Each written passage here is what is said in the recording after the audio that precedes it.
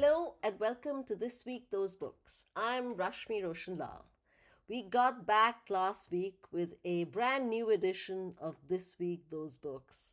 Fair to say we got back with a spring in our step. That's because we had a jolly good spring break. Sorry for the feeble joke. Let's consider more serious matters. At the end of April, Donald Trump hit the first 100 days of his second term. So we took a look at how the first 100 days metric became a global standard, and we rooted out a 1990s novel that kind of foretold the debilitating effects of the first 100 days of an American president, somewhat like Trump. Let's get into it. It's a fact that when Trump marked the first 100 days of this presidency, they were seen as the most consequential of any American president since Franklin Delano Roosevelt in 1933. Why? After all, Trump is not a 21st century FDR, a president elected during the Great Depression and passionately working for bold legislative and regulatory action to help the American people. And why should we, the people, care about the first 100 days metric anyway?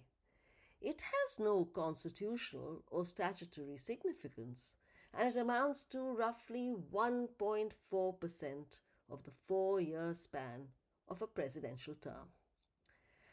The two books we feature help answer those two questions. Our first book is Nothing to Fear: FDR's Inner Circle and the 100 Days That Created Modern America. It's by Adam Cohen and was published in 2009. This book opens with stark word pictures of what was at stake for FDR in his first 100 days. When he was inaugurated president in 1933, banks were closed in 38 states, withdrawals were limited in the other 10, the stock exchange was closed until further notice. Unemployment was officially more than 25%. Hundreds of thousands were subsisting at soup kitchens, and farmers could not find a market for their crops. FDR's actions in his first 100 days were very different from those of Trump. Notably, everything he did was in partnership with the US Congress and a so-called brains trust of academics and experts. Our second book is Parable of the Talents by Octavia Butler. It was published in 1998. This is the first time in nearly 2 years of writing This Week Those Books that I'm featuring a book twice over. But Butler's novel is a mesmerizing and important read, especially at this moment in time. Here's why it matters in the context of Trump's 100 days. The novel, set in the 2030s, records the election of a Christian nationalist president, Andrew Jarrett. That fictional president invokes the slogan, "Make America Great Again." Though the novel doesn't have a formal countdown to Jarrett's first 100 days, the plot underlines the intense effects an American president's policies can have on the lives of multitudes.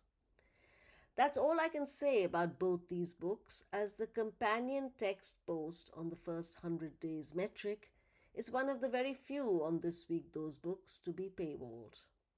To read more about these two books, please consider subscribing to This Week Those Books. We have a spring offer for 25% off. This Week Those Books was created to provide context to the news by linking the big international story to the world of books. We now have nearly 11,000 followers in 120 countries on the Substack app. We invite you to join us. Please subscribe to our weekly exploration of the books relevant to the news of the moment. Thanks for listening. Until the next time, bye-bye.